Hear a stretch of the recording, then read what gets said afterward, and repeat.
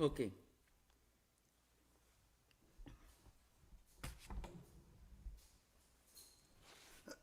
Yeah. Yeah. Can you see me? Yes, ma'am. Great. Okay. Yeah. Good afternoon. Yeah. Hari Om Swamiji. Hari Om, Hari Om. Good evening, everyone. Welcome back to the continuation of the discussion on the foundational texts of Indian philosophy. This meeting will be recorded and it will be posted on YouTube. So if you have missed any of the previous discussions, you may find it on YouTube. Also, there will be a question and answer segment at the end of the discussions. If you have any questions, please feel free to unmute yourselves and ask. Also, please use the raise hand feature of Zoom in order to maintain the queue. If you are not speaking, please mute yourselves in order to minimize the disturbances. Thank you.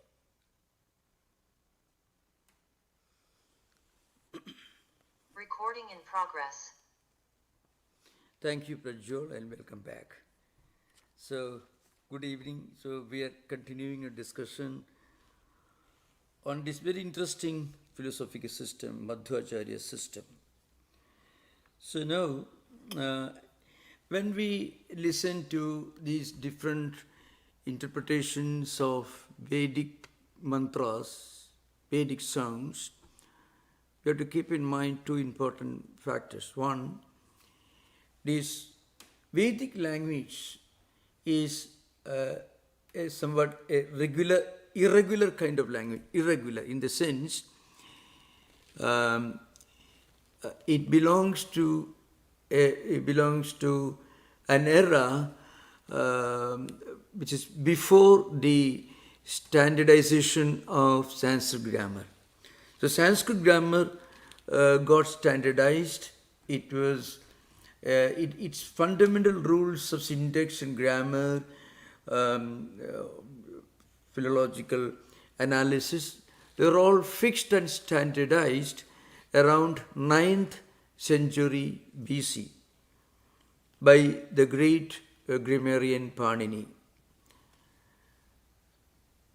And what we find in Vedic language is a kind of language system that preceded Panini by at least 3,000, 4,000 years. So, one of the earliest thinkers on Vedic language, one of the early commentators, we may call, who specialized in Vedic hermeneutics and Vedic linguistics or philology, whatever we may call, makes a very interesting statement that actually rules the entire process of interpreting Vedic sounds. Not Sanskrit language, Vedic sounds. Remember, Vedic language precedes what we now call Sanskrit at least by 3,000 years. Not entirely different from modern Sanskrit, but its grammatical structure was somewhat irregular.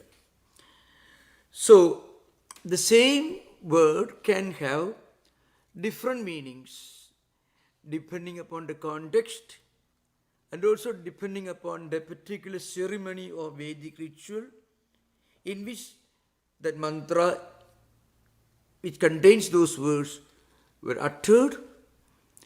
So I can quote the words of a great commentator, Madhvacharya, who wrote a commentary on a later work, a work that was little before Panini. So he says, Sarvesham Shabdanam Dhatu Dhatunam Anegarthatvam cha. What it means is, all sounds originate with a root. And the root can have any number of variations. Now that will not be acceptable in the eyes of a modern grammarian like Panini and others. But whenever Panini refers to this pre-Paninian, Panini is the name of the great grammarian who standardized the syntax and grammar of Sanskrit. So whenever he refers to the early patterns and usages of Sanskrit used in Vedic Samhitas. He uses the word arshatvat sadhu. Sadhu means appropriate, acceptable, what do you call received. Modern, RP, received pronunciation. But it's only something that refers to pronunciation, not entire language system in modern English. A received usage, it is acceptable, it is appropriate, because that usage was done by, the usage goes back to the days of the ancient sages. So, Ashatva means reciproc tattva, means these words were uttered by the great saints of ancient times, so it is appropriate. So you can imagine the concept of linguistic correctness goes far beyond the rigid principles of grammar and syntax. So the same commentator Dvaita says, for example, he says,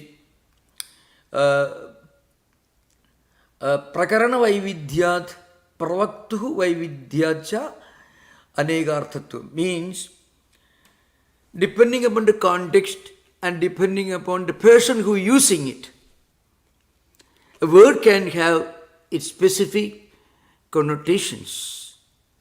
It is a very important principle. Now, if you look at the history of modern English, because English is the language spoken, not American is the language spoken here. When you talk about the, let's say, pre-American English, let's say, English language, its structure was practically more or less standardized by the authors of the King James Version of the Bible, and its phonetic patterns were standardized by Daniel Jones in the early decades of 20th century. So you can imagine the antiquity of Sanskrit language. So here, one of the earliest thinkers who lived long before Panini is Katyayana. He says, Arthat Prakaranat Auchityad Deshakalataka Mantreshu Artha Vivegat Siyad Idareshu Iticha Sthiti. It's a famous statement. So this gentleman, this great sage, great grammarian, says, and these sages elevated language into the status of a divine tool for expressing spiritual ideas. So he says Arthat. So how do you interpret the meaning of a Vedic sound? So Katyayana says Arthat, depending upon the sense. Remember, sense, not meaning. Sense is very important. Meaning anyone can take from dictionary. But sense is frequently the creation of the speaker and the context and the overall situation in which that word is uttered. Because sense implies something that goes far beyond the dictionary meaning of a word. So arthat, arthaditi arthat, what is implied, what is the implication, the sense of the word. Prakarana, the context. Prakarana means context, the universal dialogue, maybe depending upon the particular, maybe it's used in a particular dialogue or in the context of a particular ritual where a word is used to indicate some kind of a ritual. So the meaning, not the meaning, rather the sense depends upon the context and also the implication. Auchityat. Auchitya means propriety. So propriety is also very important. Lingad. Linga means indicatory words. Linga means certain words constitute a metaphor something, and allegories and so on. And then auchityad. Auchitya means propriety. What should be the meaning or the sense of the particular word, the proper meaning or the proper sense of the particular word used in the particular context. And then time-space matrix, so to call, time and space matrix. That is Deshakalataka. The place, the time. So all these factors are involved. Idi mantreshu artha viveka syad. So artha viveka means a proper discerning wisdom in interpreting the meaning of a mantra, a Vedic shabda, a Vedic sound. These are the criteria to be kept in mind. That's a great observation of the Katyayana, the ancient sage and linguist. And he says, itereshu idija sthiti. Not only in the context of Vedic mantras, but in all other contexts also the same principle applies. Keeping in this mind, we will go to Madhva. So how Madhva takes liberty in interpreting Vedic mantras. So when you try to impose your view on a Vedic mantra, what happens? Propriety is gone. And then artha viveka means finding the right meaning in a proper, acceptable manner. Now, I mentioned earlier that in the philosophy of Madhvacharya, this Panchabheda Siddhanta is very, very important. I already mentioned earlier. Just in case some of you must have forgotten, it is one of the fundamental doctrines of Madhvacharya's philosophy. It's called Panchabheda Siddhanta. Before going to the real authentic statement, I shall try to explain what it is. You think of a triangle. On the top there is God. On one side there is matter of the world. On the other side there are living beings or self. So Ishvara, Jiva, Jagat. Jagat means this phenomenal world or matter. Jiva means living beings. And Ishvara means God, the idea of God. Now Madhvacharya says there are eternal and fundamental differences among different objects in this world, among different living beings in this world, and also between different objects and different living beings, between different living beings among themselves, and different objects in the phenomenal world, and between different objects and God, and different living beings and God. Jiva and Ishvara, between different Jivas, Ishvara and Jagat, and among different objects in this Jagat, and between Jagat and Jiva. That means all the 5 conceivable differences of these 3 points of the triangle. So he says, Jiveshwara bhida chaiva, Jadeshwara bhida tatha, Jiva bhedo mitaschaiva, Jadajiva bhida tatha. Midascha jada bhedoya, prapancho bheda panchaka. It's called bheda panchaka, means 5 fundamental differences. Soyam satyovanadascha syadische nashamapnuyat. So this is his fundamental. That means all conceivable kinds of differences. Now, we have to think of this difference. What exactly is the true meaning of this difference according to Madhvacharya? There are different statements, and one of Madhvacharya's most important work is called Vishnu Tattva Nirnaya. In other words, a proper understanding, discussion, analysis of the true implication of the concept of Vishnu as the ultimate God idea, God concept. And there is a Tika, this is Madhvacharya's book, and one of the post-Madhva philosophers called Jayatirtha, who wrote Tikas or commentaries on Madhvacharya's books. He wrote a commentary on this Vishnu Tattva Nirnaya Tika.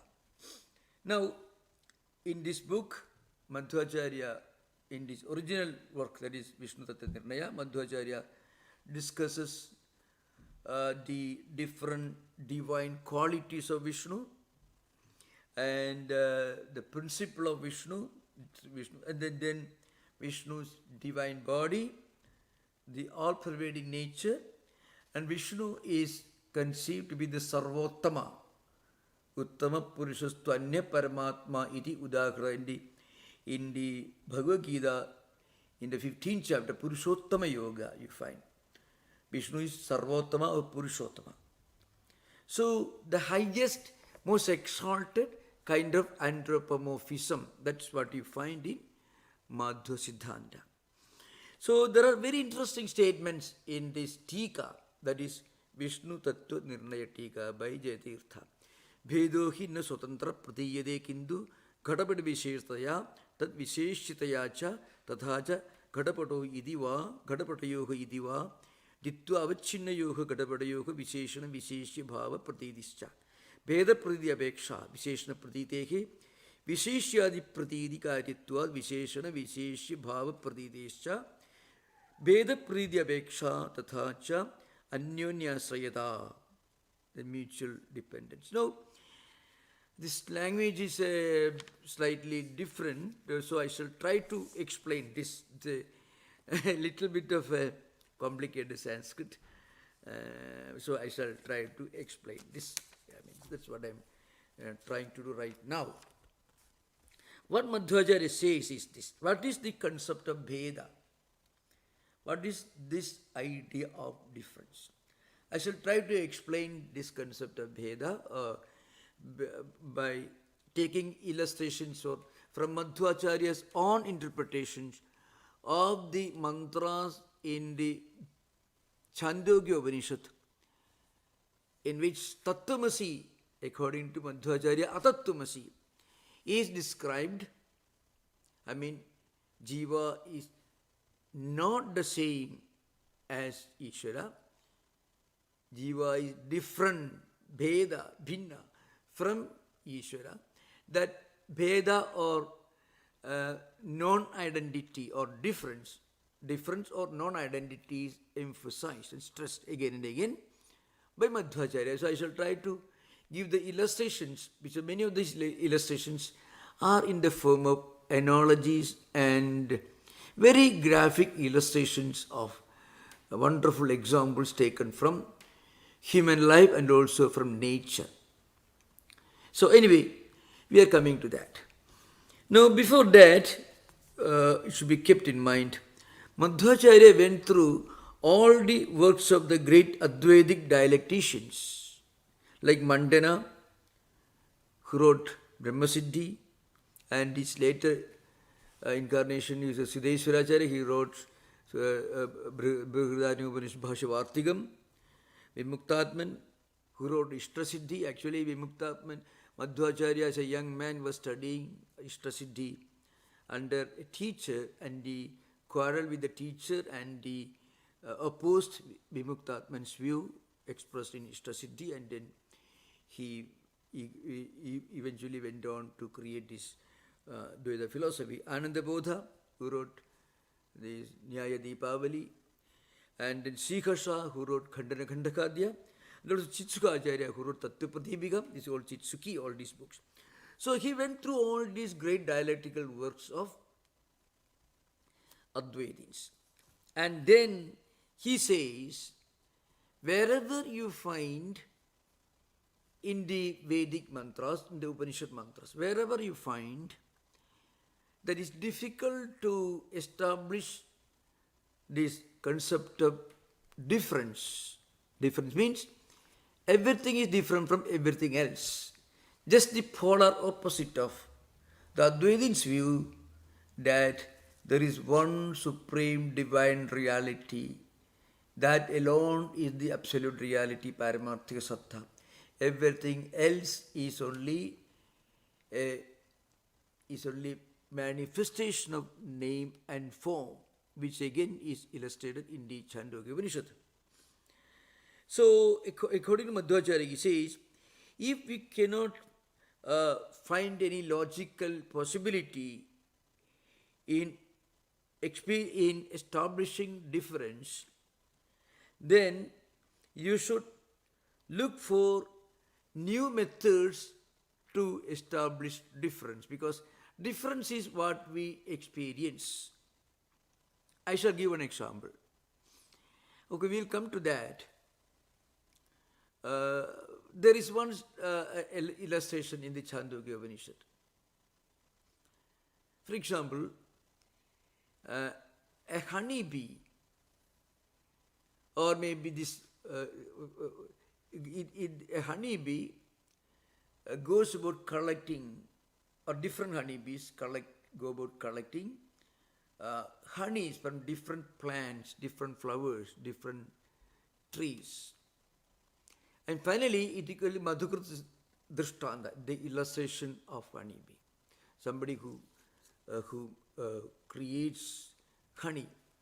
So all these honeybees, they go to different plants and flowers and collect honey.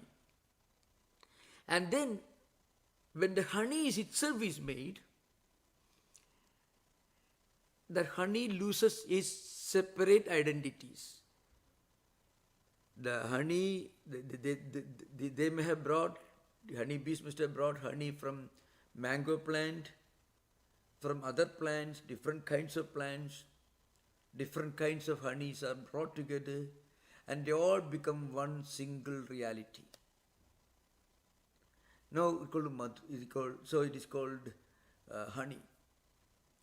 Now the point is, when they all become one honey entity, it loses its independent identities.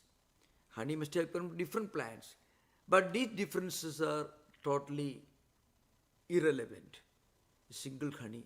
The honey doesn't recognize, I came from mango tree, I came from another plant. No. Like that, in the Chandogya Upanishad, this statement, the famous mantra is there in the Chandogya 6th chapter. Saya esha anima aidadatmimidam sarvam tas satyam sa atma tattvamasi Shvedaketu. The great teacher Uddalaka is teaching Shvedaketu. So to illustrate this example is given, and Shankaracharya says, all become one. Like that, in deep sleep, when our mind, our senses, all of them become non-functional, we become unconsciously identified with one supreme reality, but without being aware of this. So at that time, we are indirectly experiencing the reality of oneness of existence. This happens in Sushupti or deep sleep. It doesn't mean that deep sleep is the highest spiritual enlightenment, not at all. But gives an idea of what it is like, transcending or going beyond all duality. Now, what I said was, different honey units coming from different plants, they lose their different identities, they become merged with one single honey entity. So Shankaracharya says, this is an illustration of the unity and oneness of, the spiritual unity and oneness of existence. Madhvacharya says no. He says, they all come from different entities, different honeys. But they are different, though at that time they are not able to understand the difference. Still, they are not the same, they are different. So, the illustration is called Madhvacharya Drishtanta.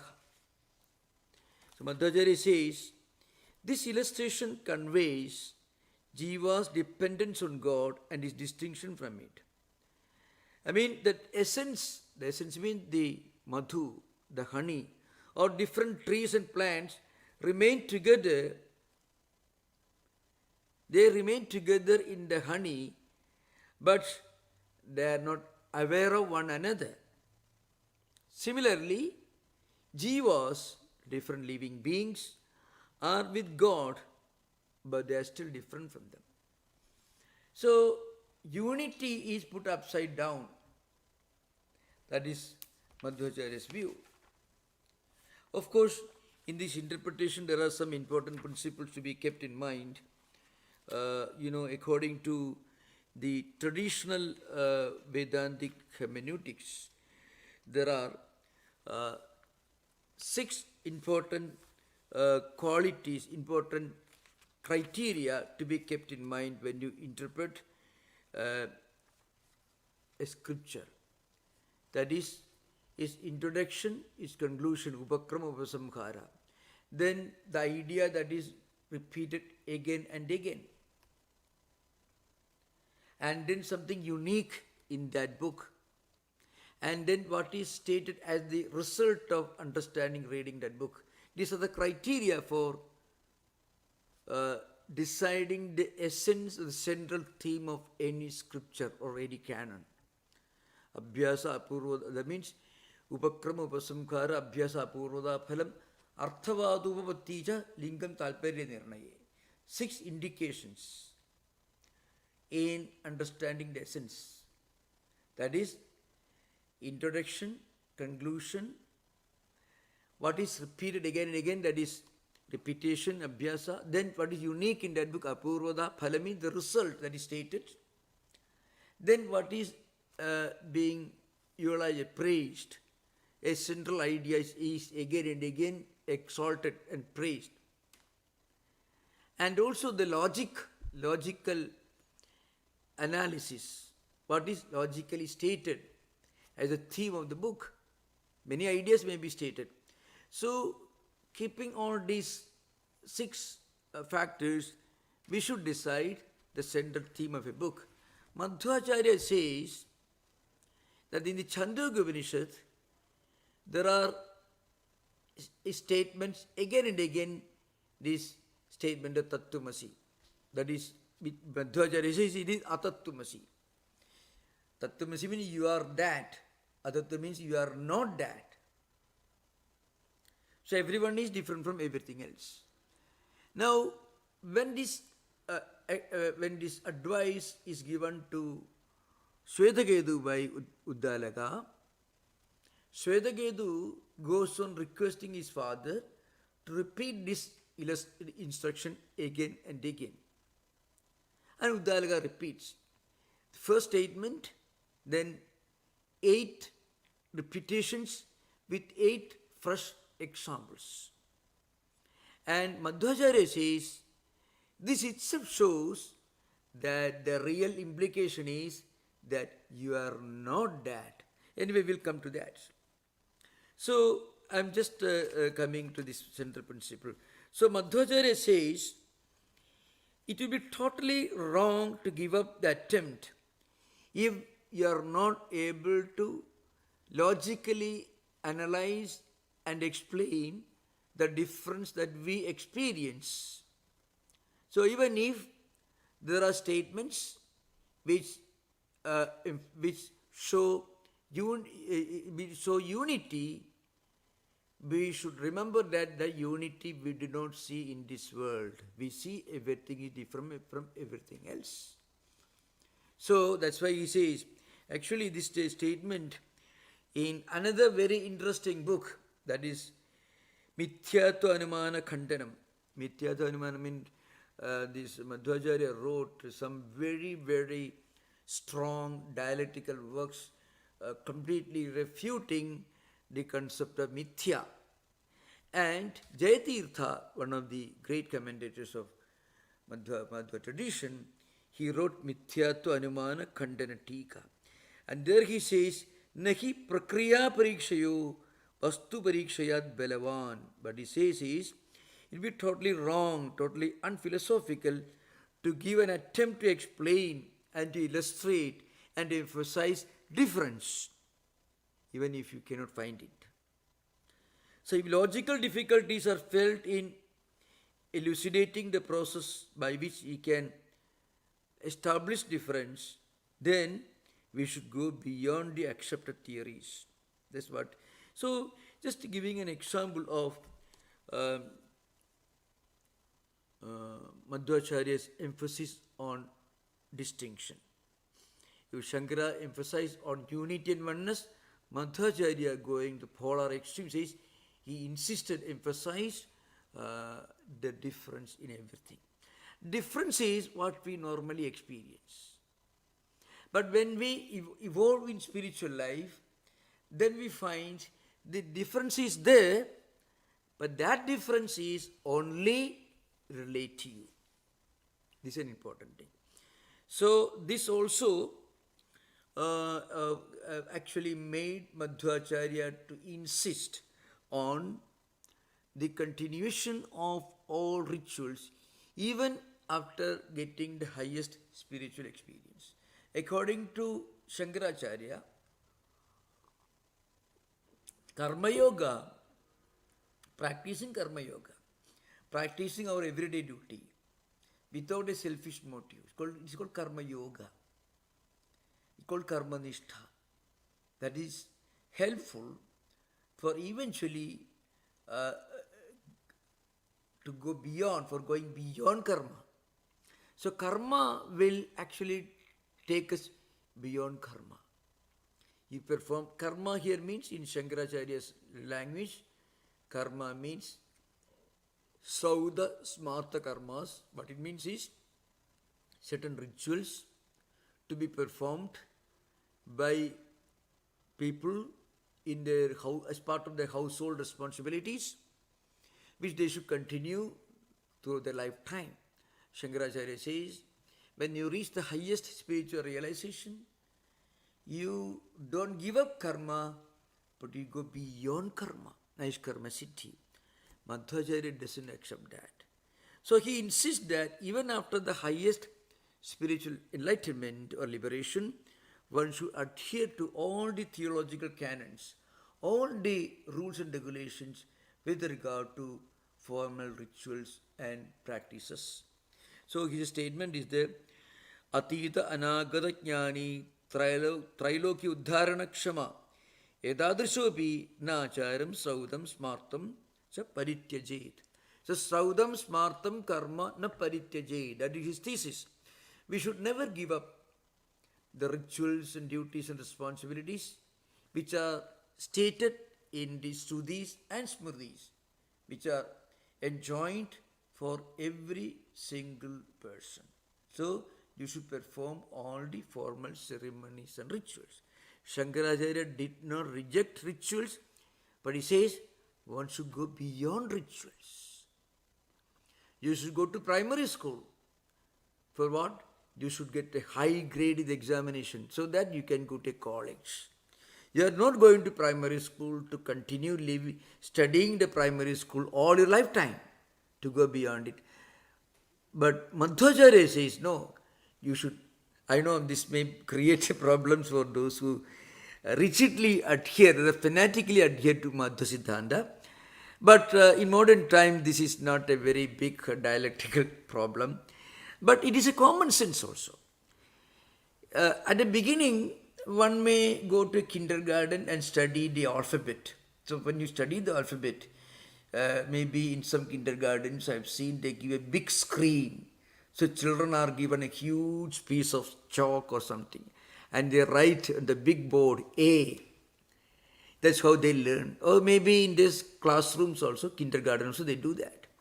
But you don't do that when you are a professor in the university. You don't do that. So you are going to kindergarten because you want to go beyond kindergarten. But according to Madhvacharya, Atita Anagata Jnani Trailokyodharana Kshamah Edadrishovi. So even if a great jnani, a great spiritually enlightened person, who is capable of spiritually reforming this world, three worlds, that literal meaning, spiritually reforming three worlds, I mean heaven, earth, and of course the nether world. That he says, Nitna Acharam, Saudam Smartam Parityajet. He should not give up the rituals and ceremonies. That is Madhvacharya's statement. Now, this is the important point. Now, I am coming to the subject, to the Bheda. I mean, I already mentioned, we will be coming to the subject. So, we are coming to a very important subject, that is Chandogya Upanishad. Those of you who may not have the book with you, but this is being recorded, so you can, later on when you study, when you listen to it, you can You can listen to this, maybe if you are interested, keeping a copy of the Chandogya Upanishad. Chandogya Upanishad, 6th chapter, mantra 4th, 5th and 6th. Three mantras are there, which gives 3 types of illustrations, which actually form the foundation. So the point is, Yatha Soumya Ekena Mritpindena Sarvam Brahmayam Vijnadam Syat Vacharambhanam Vikaro Namadeyam Mrittiga Ityeva Satyam Yatha Soumya Ekena Lokamadina Sarvam Lokamayam Vijnadam Syat Vacharambhanam Vikaro Namadeyam Lokamityeva Satyam Yatha Soumya Ekena Nakha Nigrundanena Sarvam Kashnayasam Vijnadam Syat Vacharambhanam Vikaro Namadeyam Krishnaya Samityeva Satyam Evam Soumya Sa Adesho Bhavati Iti. This is a mantra. What it means is very simple. In the previous statement, there is a story background. It's a very interesting story. Uddalaka was a great teacher. So this Uddalaka used to go to different Vedic schools to teach students. He used to travel to far off places. And he had already given instructions to one of his friends who was also a great Vedic scholar, because he will be traveling to other places for teaching students in different Vedic schools. He sent his own son to a distant Vedic school where one of his own friends, another Vedic teacher, was teaching. So after 12 years of Vedic studies, Shvetaketu, his son, returned home. So Uddalaka, one day he returned from his home, from his responsibilities, he returned home and he wanted to find out how far his son is progressing in Vedic education. So when he tried to talk to his son, he found his son was very haughty and proud. So he asked him, why are you so haughty and proud? If you go to some distant university and after some years you return, sometimes people have an inflated idea of going abroad and getting a degree from Oxford, and then they won't care for their own parents, that sort of thing happens. So here, Om Shetakedu Karuneya Sasatam Abhi Pitovacha Shvetakedu Vasa Brahmacharyam Navai Somyasmar Kulino Na Anucha Brahmabundriva Bhavadidi. So one day he asked his son, in our family there was no one who did not study the Vedas. You should do justice to your lineage, so go and study. And he arranged, and then Dvadasa Varsha Upetya Chaturvimshati Varsha Sarvan Vedan Adhitya. So the boy studied for 12 years and he came Mahamana Anuchanamani Stabdhayaya. He became very haughty and proud. And then Uddalaka asked his son, you are so haughty and proud.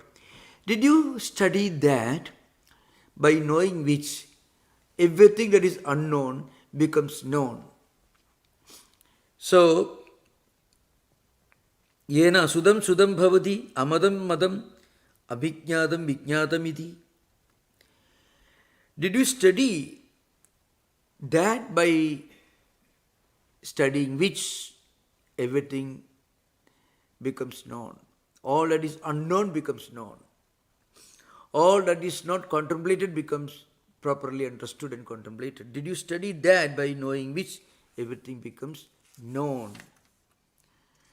And the son said, no, I have never heard of such a thing. The story goes beyond that. The Shankaracharya's Bhashya gives some interesting details, because the story appears in some of the Purana. So Shankaracharya says, the son also said, I am such a wonderful, intelligent fellow, so my teacher may not know what you are talking about. If he had known, he would have taught me. So that much, Shankaracharya is adding some important details. And then Uddalaka is giving an illustration. So he gives these 3 illustrations. One is clay and clay pot. The other illustration is gold nugget and golden ornaments. The third illustration is nail cutter and iron objects. So what he's saying is, If you know the nature of clay, then you will know the nature of all utensils, pots, and pans made of clay. If you know gold, then you will know the nature, the properties of all golden ornaments. Similarly, if you know the nature of iron, then you will know all the properties of uh, all different utensils or different tools, tools used for farming and things made of iron.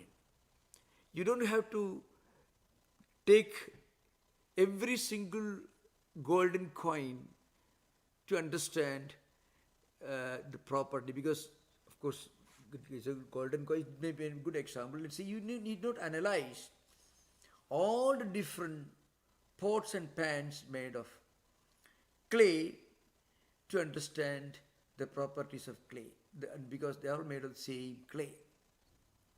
Now the point is, Madhvacharya says that two clay pots are eternally and fundamentally different from each other. Shankaracharya says, no, they are different, but that difference is only at the relative level.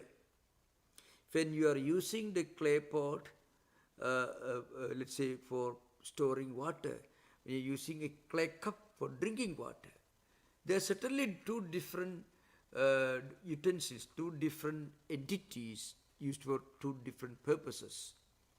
But then the pot maker, the same pot maker, made the clay pot and also the clay cup from the same clay.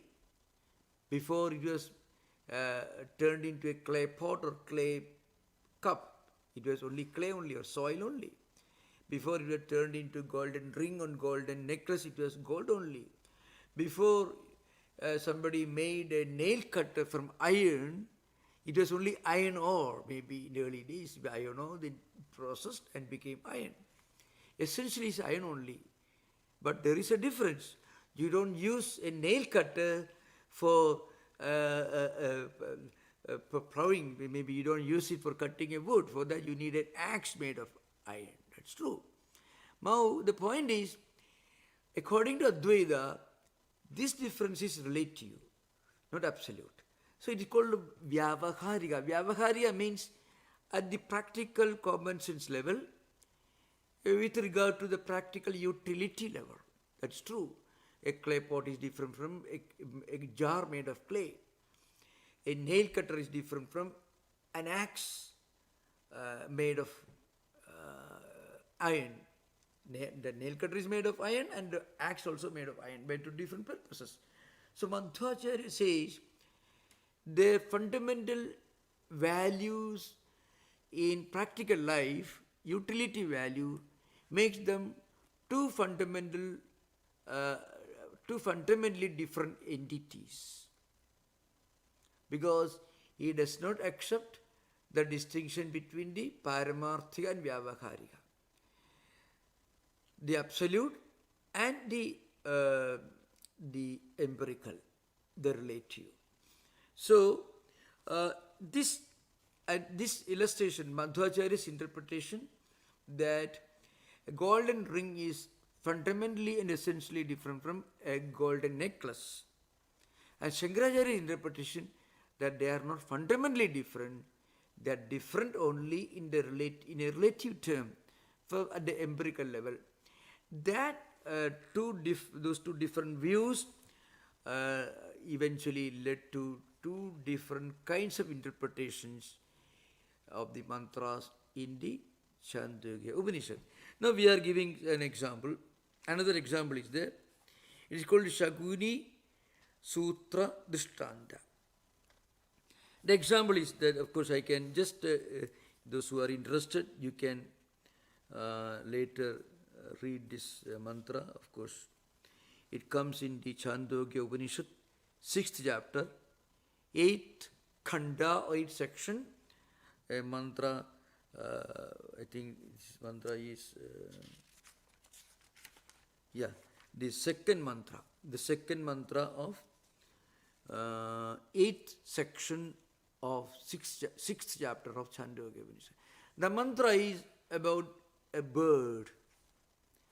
There's a bird tied by a string, flying in various directions and not able to find shelter anywhere. It eventually takes refuge at the very place itself where it is tied, fastened to a tree. Similarly, the mind, human mind, wandering from one direction to another, doesn't find shelter anywhere. Eventually takes refuge in prana. For the mind is tied to prana. This is here prana here means sat, the absolute reality, and mind is jivatma. Now the mantra is this: Sayatha Shakunihi Sutrena Prabuddho Disham Disham Paditva Anyatra Ayatanam Alabdhva Bandhanameva Upasayate Evameva Khalu Soumya Tanmano Disham Disham Paditva Anyatra Ayatanam Alabdhva Pranameva Upasayate Pranabandhanam Ki Soumya Mana Iti. This is the mantra. So what it means is, so you can think of this example. Our mind like jiva, individual jiva. This Advaitic interpretation, then we will talk to Madhva interpretation. How Madhva brings difference or Bheda into this, and how Shankaracharya brings unity and oneness. So take the same story. According to Dvaita, mind goes to different places.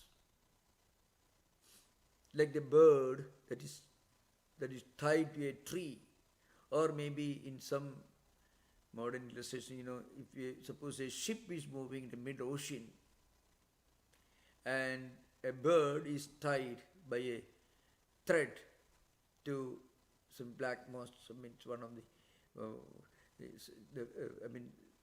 to a point in the ship, and then the bird goes about flying in all directions. Eventually, it finds there is no other way, some mid-ocean, so it has to come down, come to the very place where it is tied.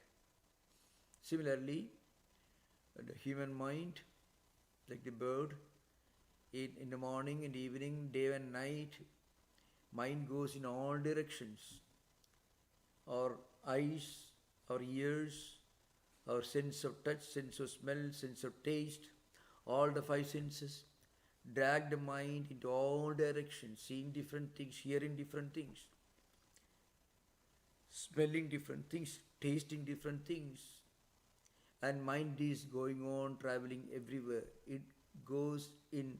It takes on a big tour in foreign lands, not its own place, but in strange lands. Finally, the mind realizes, well, it's not my place, and eventually it comes back to its own home. Here, the mind is all individual jivas, and the place where it is tied is Atman, Sat. He mentioned prana in this story. So Shankaracharya says, our true essence, our true nature is Atman. Prana is Sat, Mana is the individual Jivatma. So the passage proclaims the dependence of individual soul on Brahman.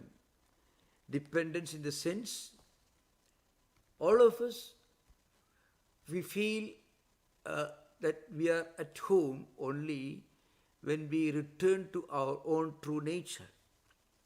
In many Advaitic books, you can find Advaitic dialecticians. They give an example. There is in all of us an urge for something sublime, something universal, something big. Bhuma, it is called in Vedanta, in the Chandogya Upanishad, Bhuma Vidya.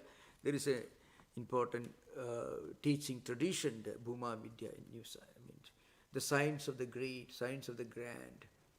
So we have a natural tendency to go beyond the narrow, beyond the small, beyond the limited, natural tendency on earth to go in search of something transcendental, something universal, something grand. Till then, we don't feel inner contentment, especially more refined people.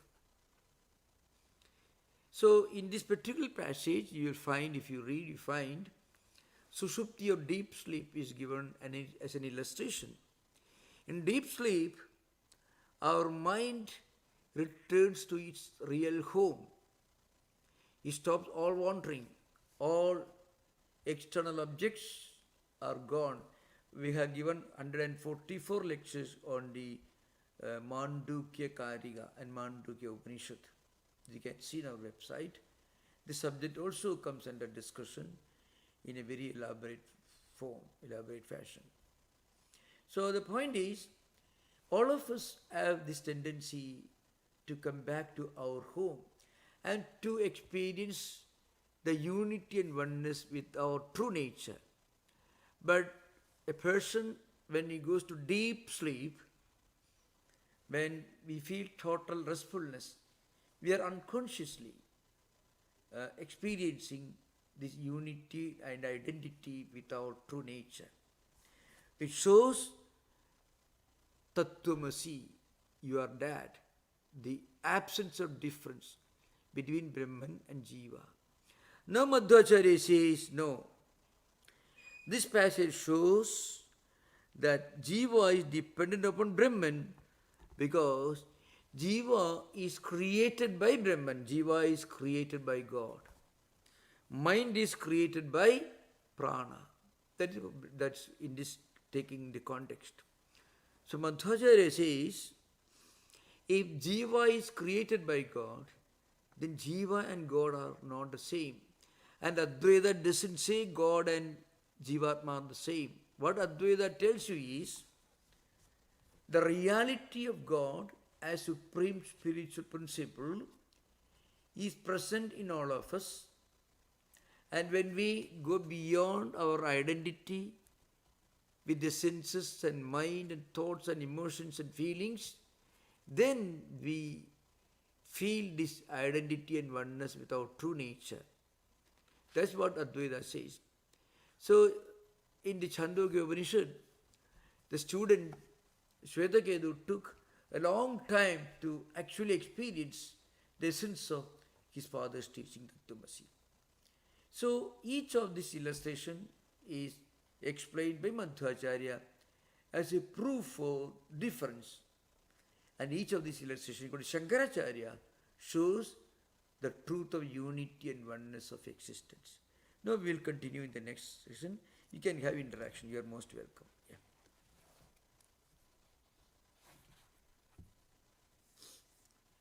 Thank you, Maharaj. Thank you. No hands are up yet. I have a question. Yeah. And you spoke early on about the Vedic language. Yeah, yeah. And some of the scholars, Yeah. the philology of Vedic language spoke Yeah. about different contexts for the language and Yeah. effect. Yeah. Etc. Now, when we attend a puja and we hear Vedic chanting, followed by references to more modern scriptural texts, are we then seeing some of the interplay between the Vedic language and its philology that you were describing, and the later science of Sanskrit language and philology from Panini? Are we seeing that history in modern times? Yeah. Could you repeat once more? Excuse me, once more. Well, because our pujas include Vedic language, Yeah. as well as the classic Sanskrit Yeah. mantras, Yeah. are we then, in a way, experiencing in today's time Yeah. the interplay between Vedic language and how its science was described as quite contextual, Yeah. and the later more settled science of Sanskritology? Yeah. Are we seeing that in modern times when we attend the puja? Yeah. No, true. Interpreting a sound or a word strictly in terms of context and also the person who uses it. in reality, going beyond the scope of philology and linguistics and language as such, even in ordinary common sense, a word has, and its sense have a lot to do with the person who speaks and the context in which the word is spoken. So when Durgacharya says pravaktuhu vaividyat and prakarana vaividyat, pravaktuhu vaividya means variation and diversity in terms of the person who uses the word. Prakarana vaidya means contextual variation, really speaking. So, in fact, in some of the higher poetry and music, it is very evident. After all, what is music? Music uses language. Even instrumental music as a language dimension. So every music which is in a way a formation of words, also has a dimension that goes beyond words. So instrument. So it seems that in my opinion, the Vedic linguistics was far much more highly evolved than Paninian grammar. But the point is, Vedic language may not be adequate to write and to expound philosophical concepts. There is an element of mysticism in Vedic sound. And also the Vedic hermeneutics say the mantra should be interpreted in terms of spiritual and also in terms of the relationship with celestial meaning, and also in terms of the person, the feelings, the emotional structure of the person who chants the mantras. So in reality,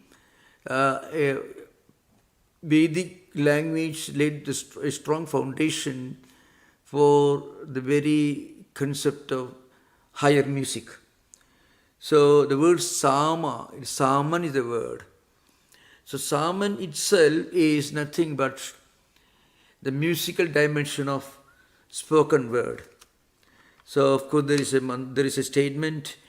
I forget, it may be Katyayana. He says,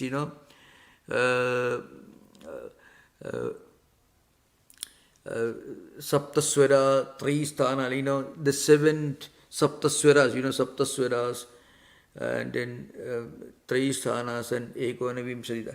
So all the musical notations, when you employ them, when you utter Veda mantra, it becomes Saman. So this is very interesting, So when a word becomes part of a musical system, it begins to imply, it begins to indicate something far beyond what the real meaning of the word could imply. That's why people who don't know the language can still enjoy great music. But that is very sign of a great music. Somebody may not know the language, who may not understand the meaning of the words employed. If it is great music, then we can appreciate the musical dimension. Because there are two levels of understanding. One is the sound dimension, Samanya, the other is Visheshana. To give an example. Suppose you know the grammar of a piece of composition. When you listen to it, you interpret it in terms of a connoisseur of music who is knowledgeable about it. But suppose you are a total stranger, you are not hearing the words and meanings, but you are hearing all the music. So music goes beyond the written word. So there is Samanya means the general, the transcendental dimension of music. Vishesha means, well, suppose you can, if you, these Indian classical music, unless you know something about it, it is not exactly a very pleasant spectacle. When a musician shows some gestures which are not entirely pleasant to see, It's almost not a very pleasant spectacle. But if you know the music, you can enjoy every bit of gestures, which may appear very wild to a total stranger. But you enjoy the gesture, and you enjoy the way he's singing, the different. I'm myself not a musician, but still, this mention in the Shankara Bhasha, it comes Samanya Visesha dimensions of music, it comes. But if you don't know anything about it, still you enjoy it if it contains great music.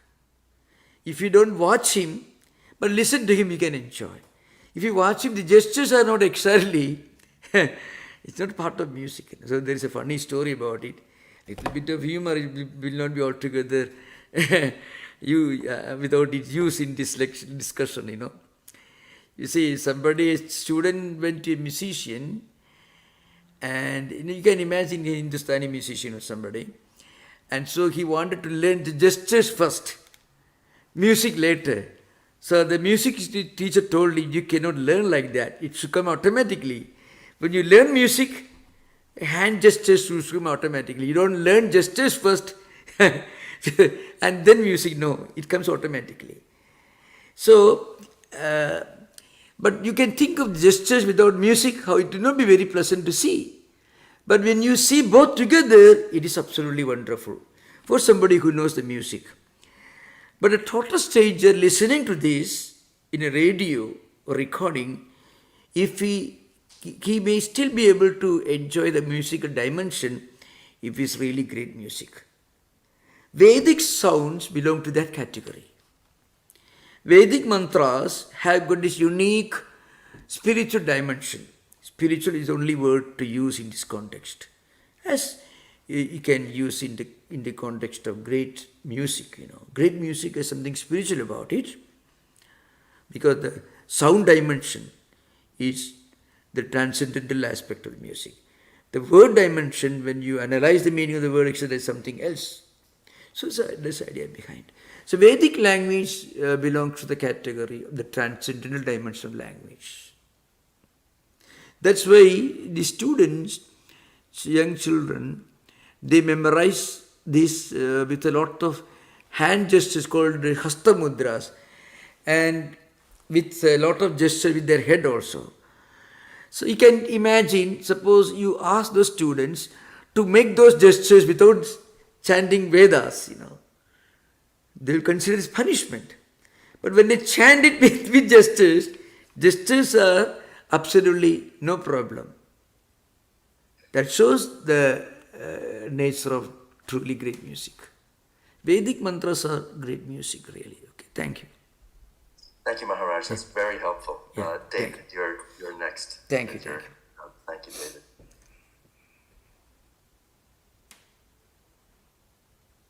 There you are. Hello, Swami. I had a question about was Madhvacharya, was he how should I say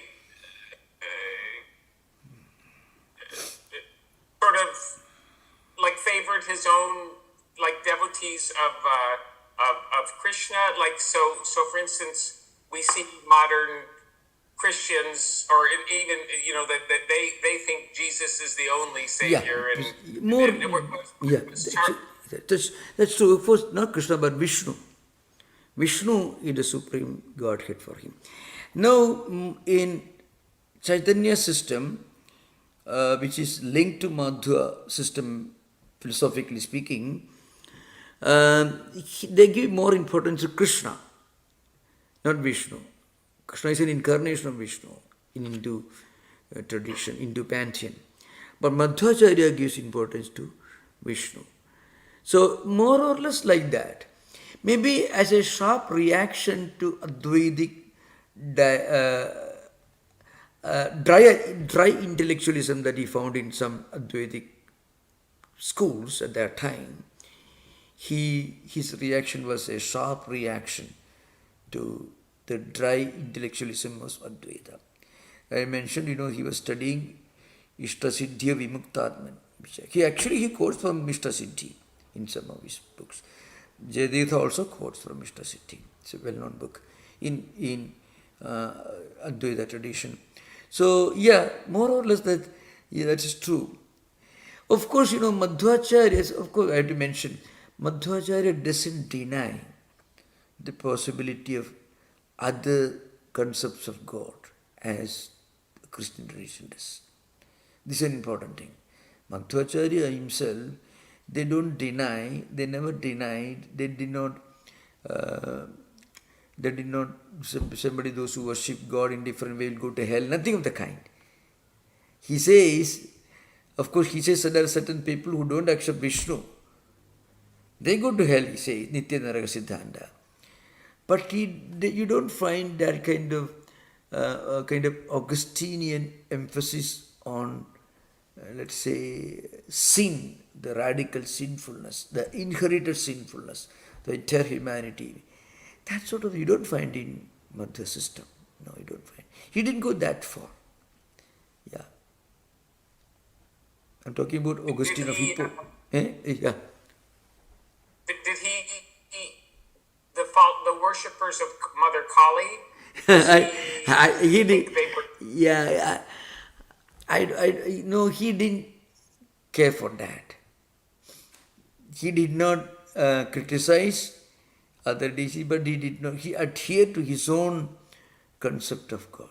And he was mostly busy writing books and arguing, so he did not have much interest in evangelical work or denying other deities. He didn't do that.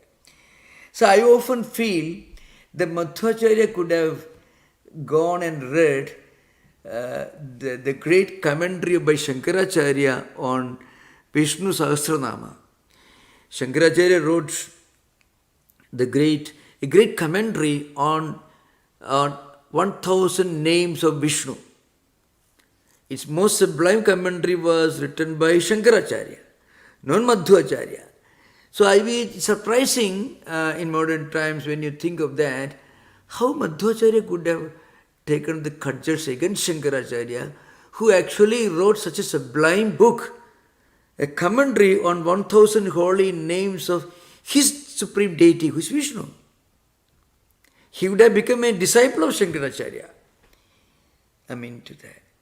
So it's very strange, there is a lot of... The same thing can be said about Ramanuja. Ramanuja living in Kanchi. Kanchi has got a great Divine Mother temple. Where Shankaracharya went, he purified, he also installed a Sri Chakra there, and there is a great monastery which Shankaracharya's disciples founded.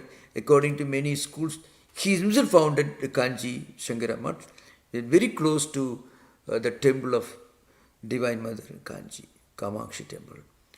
So Ramanuja had absolutely no reason to take up the cudgels against Shankara. They should have joined the ranks of Advaitins if they have read Shankaracharya's own works praising the glory of Divine Mother in Kanchi, or praising the glory of Vishnu in Vishnu Satpadi and Vishnu Sahasranama.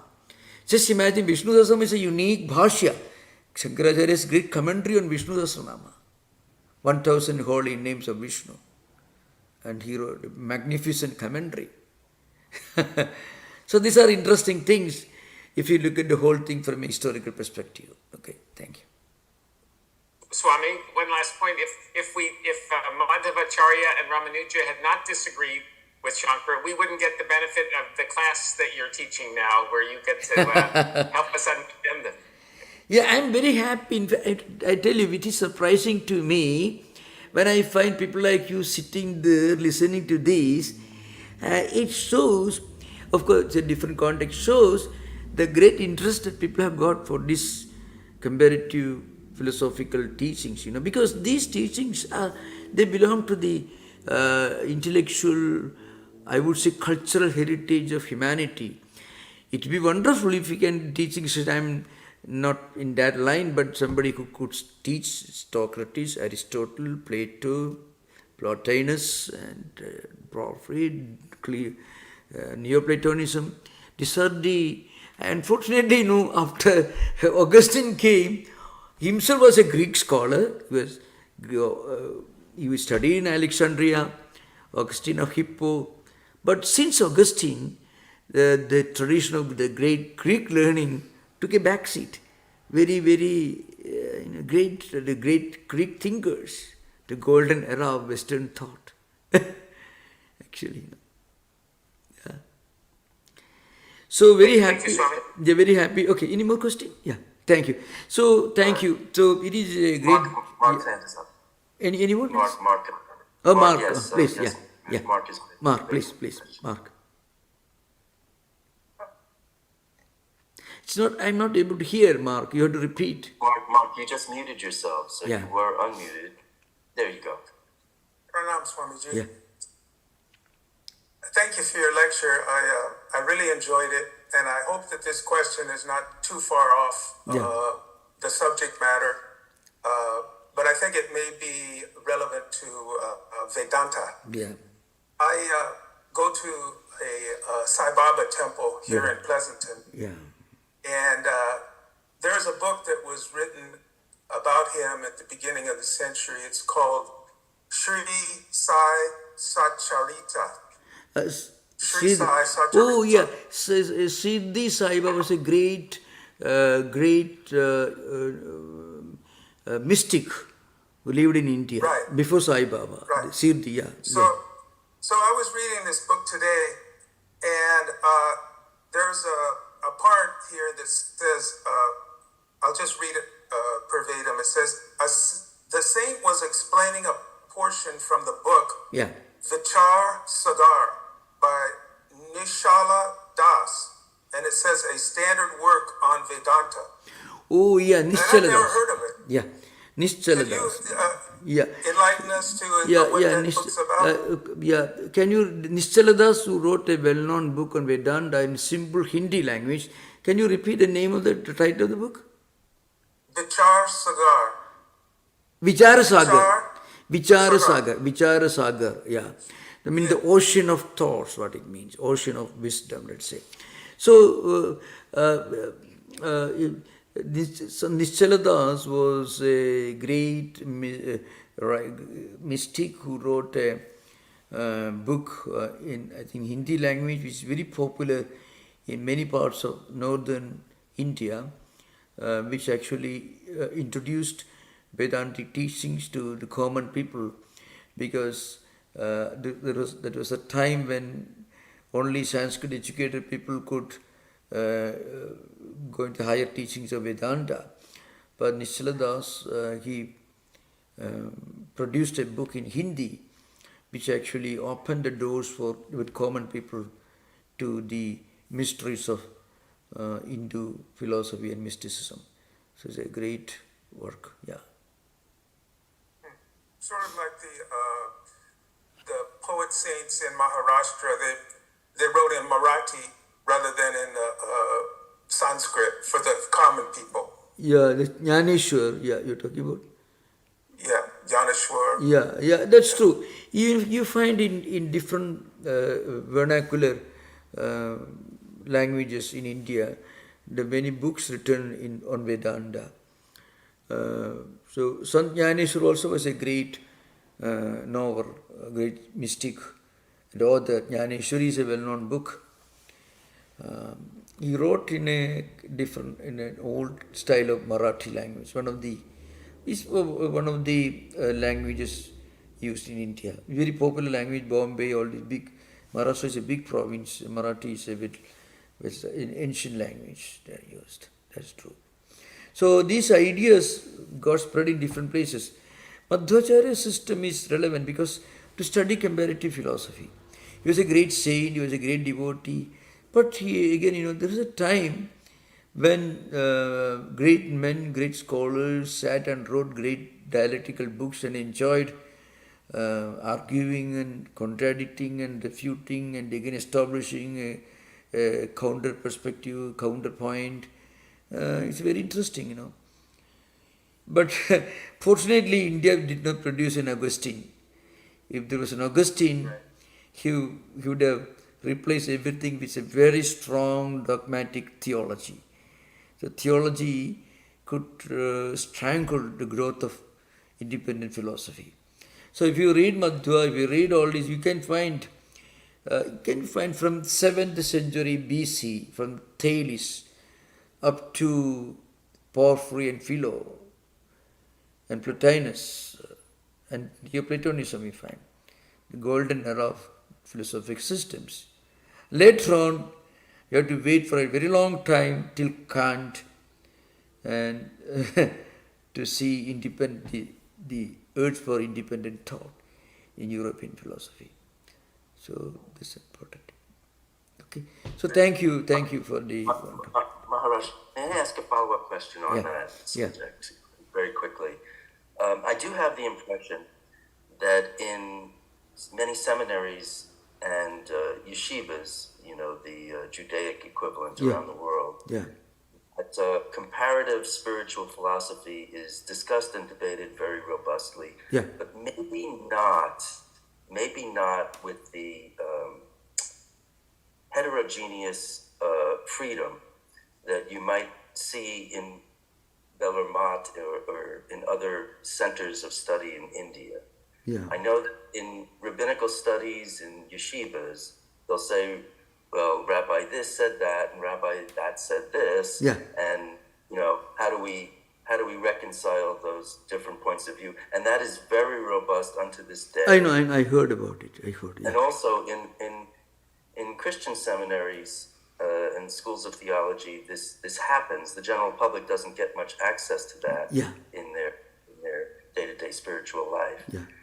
And I'm wondering, because India is an exceptionally diverse and an open place to discuss these things, it must be very advanced at places of monastic study to do comparative philosophical inquiry and to unravel it the way that you're doing in this class, or is it rare? I don't know. I imagine it's not rare. There in India, you find there is absolutely no rigid opposition to any branch of studies. No opposition. And, well, I think in the tradition of Catholic religion, actually Catholic priests and monastics, they preserve the ancient Greek, Latin, intellectual tradition very well. But there was always the fear of something that may go against the received interpretation of the church. Though I had to remember the contribution the Catholic Church on different denominations of monastics in Catholic tradition, their contribution to music, to art, to architecture, to literature, and even philosophical studies. Even many of the great universities of Europe were founded by the Catholic monks and clergymen. That they were the custodians of intellectual heritage. But it seems till modern times, there was always some fear of some kind of persecution or excommunication if you somehow deviate from the path of the received interpretation. It's no more there any longer. That's the greatness of Catholic Church. You remember, and many of the clergymen were extremely well educated.